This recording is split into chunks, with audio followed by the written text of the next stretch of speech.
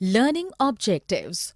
After completing this module, learners will be able to understand the need for political institutions, explain why we need a parliament in a democracy, differentiate between the two houses of the parliament, compare executive, political and permanent, explain in detail the power of the Prime Minister and the Council of Ministers, understand and describe the role of the President, understand and describe the role of the judiciary.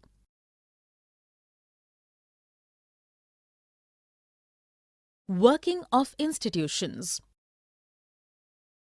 Office memorandum is a communication issued by an appropriate authority to announce some major policy or decision taken by the government for immediate implementation.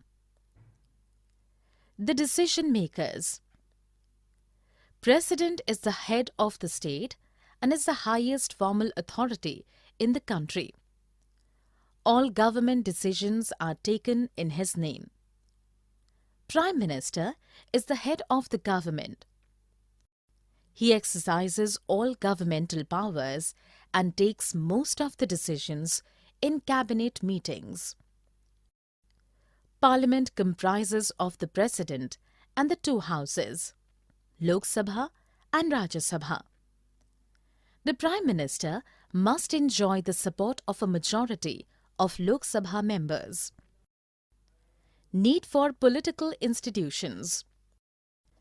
The government has to provide social security, education, health and other basic amenities to the people. It collects taxes and spends it on defense, administration and other welfare schemes. It formulates and implements policies. For all these requirements, arrangements are made in a democracy. These arrangements are called institutions. The constitution of a country lays down basic rules on powers and functions of each institution. A. The Prime Minister and Cabinet Ministers are institutions responsible for taking all important policy decisions. B. The civil servants are supposed to implement the decisions taken by the Prime Minister and his cabinet. C.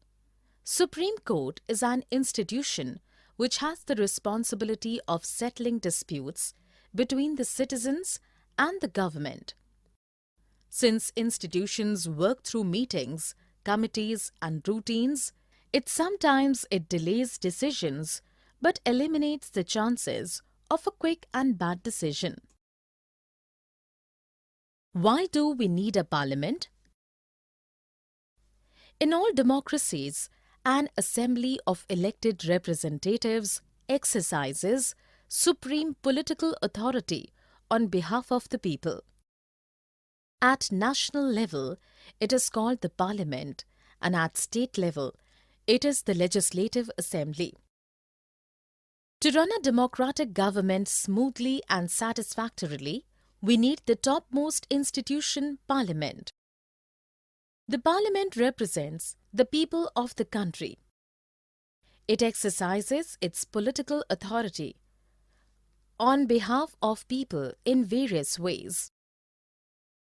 A. Legislative role. Parliament is the highest and final law-making entity in the country. The process of law-making is called legislation. Hence, all these assemblies are called legislatures.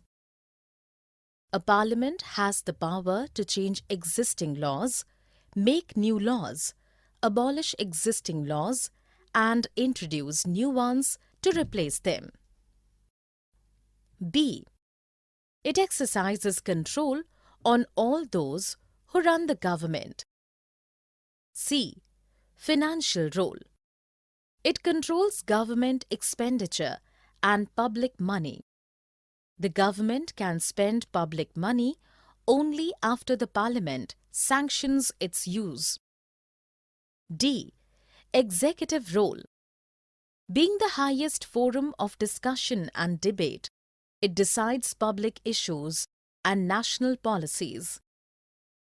The government can take decisions only if it enjoys the support of the Parliament.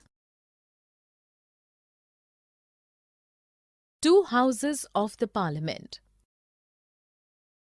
Our Parliament consists of two houses, the House of States, Rajya Sabha, and the House of People, Lok Sabha. The members of Lok Sabha are directly elected by the people. Those of Rajya Sabhas are elected by MPs and MLAs. The total number of elected members in Lok Sabha is 543 plus 2 Anglo-Indian nominated members. The total number of members in Rajya Sabha is 238 plus 12 nominated members. One term of Lok Sabha lasts for 5 years. One term of Rajya Sabha lasts for 6 years. Lok Sabha can be dissolved, but Rajya Sabha is a permanent body. Its members retire on completion of their term of 6 years. Lok Sabha has more powers than Rajya Sabha. An ordinary law needs to be presented in and approved by both the houses. In case of a difference, a joint session of the members of both the houses is conducted. Due to a larger number of members, mostly the view of the Lok Sabha prevails. The Lok Sabha enjoys more power in money matters. A budget or money bill passed by the Lok Sabha cannot be rejected by the Rajya Sabha. The Rajya Sabha can, at most, delay it for 14 days or suggest changes. The Lok Sabha may not necessarily accept the changes. The Lok Sabha controls the Council of Ministers. The person enjoying support of a majority of Lok Sabha members becomes the Prime Minister.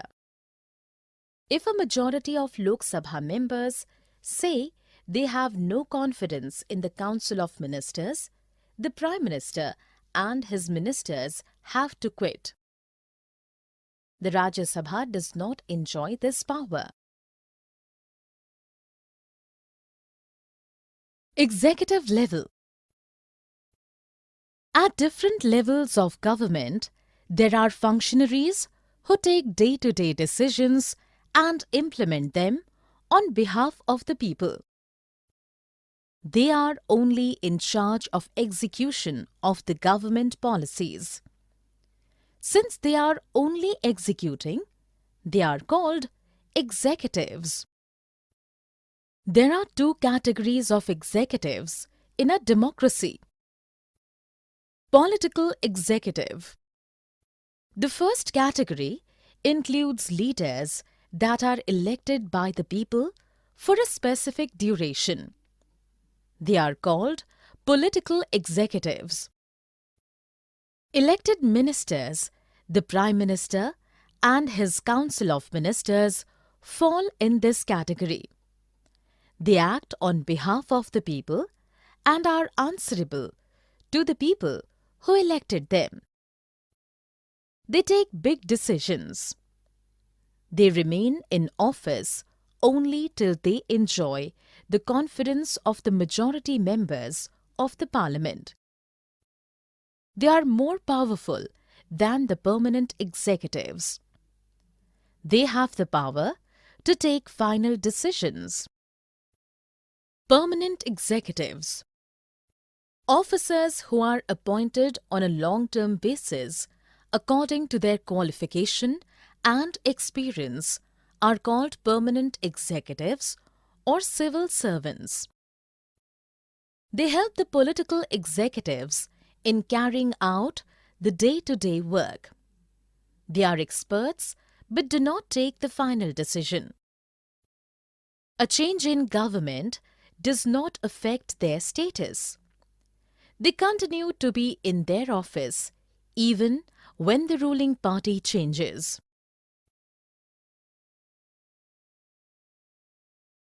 Prime Minister and Council of Ministers. Prime Minister is the most important political institution in the country. The President appoints the leader of the majority party or that of the coalition parties who commands a majority in the Lok Sabha as the Prime Minister. The Prime Minister does not have a fixed tenure. He remains in power till he is the leader of the majority party or coalition. The Prime Minister works through his Council of Ministers. It comprises of some 60 to 80 ministers of different ranks. Cabinet ministers are top-level leaders of the ruling party or parties. They are in charge of important ministries. Cabinet is the inner ring of the council. There are about 20 ministers of cabinet rank. Ministers of state with independent charge. These ministers are in charge of smaller ministries. They attend cabinet meetings only when invited. Ministers of state are required to assist the cabinet ministers they are attached to. The cabinet works as a team. Opinions of all the ministers are heard, but the cabinet's decision is binding on all.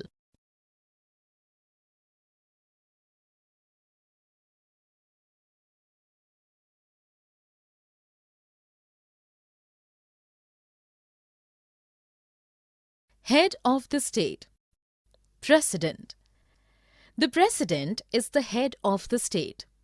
Though all decisions are taken in his name, he has nominal powers.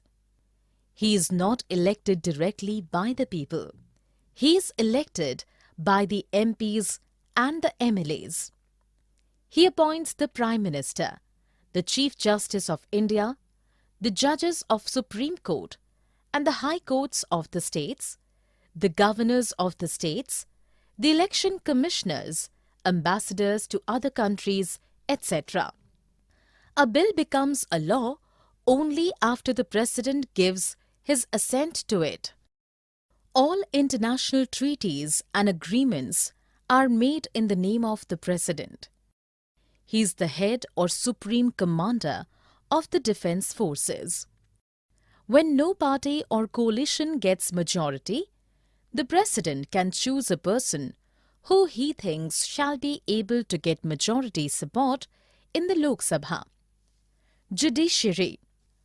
All the courts at different levels in a country put together are called the judiciary. India has one of the most powerful judiciaries in the world. It is independent of the executive and the legislature. It includes the Supreme Court, High Courts, District Courts and the courts at local level. India has an integrated judiciary as the Supreme Court controls the judicial administration in the country. It can settle disputes between the citizens, between government and citizens, between states, between government at state and union level. The Supreme Court and the High Courts have the power to interpret the Constitution. If a law passed by the legislature violates the Constitution, the Supreme Court can declare it invalid. It protects the fundamental rights of the people of India and prevents misuse of power by the executive or the legislature. Summary. Let us summarize what we have learned. Office Memorandum is a communication issued by an appropriate authority to announce a major policy or decision taken by the government for immediate implementation. The government makes arrangement for welfare schemes, defense and administrations, etc. These arrangements are called institutions. To run a democratic government smoothly and satisfactorily, we need the topmost institution, Parliament. Our Parliament consists of two houses, the House of States, Rajya Sabha, and the House of People, Lok Sabha. Lok Sabha has more powers than Rajya Sabha. At different levels of government, there are functionaries who are only in charge of the execution of government policies, are called executives. The Prime Minister works through his Council of Ministers. The Prime Minister coordinates the work of different departments. In case of a disagreement between departments, the Prime Minister's decision is final. If the Prime Minister resigns, the entire ministry quits. The President is the head of the state. Though all decisions are taken in his name, he has nominal powers. All